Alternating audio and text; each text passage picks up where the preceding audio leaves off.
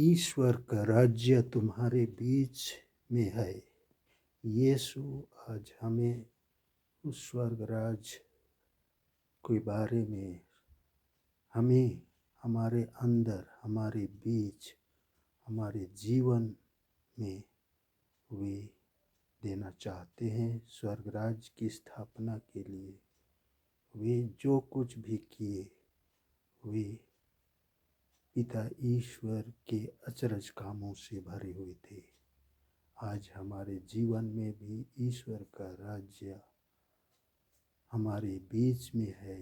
जब वे कहते हैं तो उनके कार्यों को हम अपने जीवन में जानने, परखने और जीने के लिए हमें दरकार है। ईश्वर का राज्य यीशु में पवित्र आत्मा के द्वारा, पवित्र आत्मा में, पवित्र आत्मा से वे भरे हुए थे।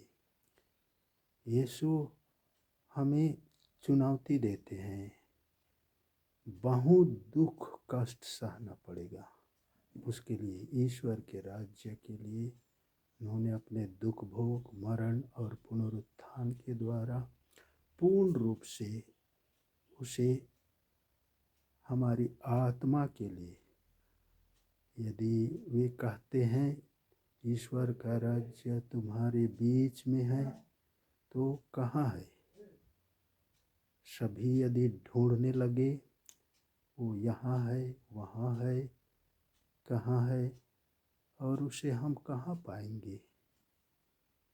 उसके लिए यदि हम आत्म त्याग करेंगे, अपने एकजुटता में, एकता में, प्रेम में, सेवा में, बलिदान में और अपने जीवन को जानने के लिए यीशु में अपना जीवन को समर्पित करेंगे। यीशु ने अपने जीवन में कई चमत्कार किए। वही चमत्कार में ही ईश्वर का राज्य हमारे लिए प्रकट होते हैं। वही ईश्वर का राज्य के लिए यीशु ने अपने शिष्यों को दो दो करके भेजे और उन्होंने कहा, दुनिया के कोने कोने में जाओ, पिता, पुत्र और पवित्र आत्मा में बपतिस्मा दो। और यही काम उन्होंने अपने शिष्यों के द्वारा पूर्ण किया। जब वे बपतिस्मा ग्रहण किए, स्वर्ग का द्वार खुल गया, पवित्र आत्मा उसके ऊपर कपोत के रूप में उतरा। वह पिता के द्वारा प्रकट हुआ, यह मेरा अति प्रिय पुत्र है, इसकी सुनो। वही पवित्र आत्मा के द्वारा यीशु में वे भर गए।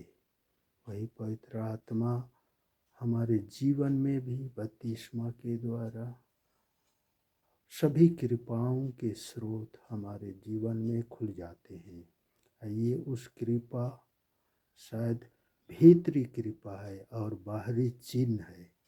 उस कृपा को हम ढूंढते रहें, अंदर ही अंदर वो कृपा आंतरिक रूप से हृदय में हम स्थापित कर सकें। यीशु ने स्वर्गराज की स्थापना पवित्र आत्मा से परिपूर्ण होकर पिता की इच्छा को पूर्ण किया।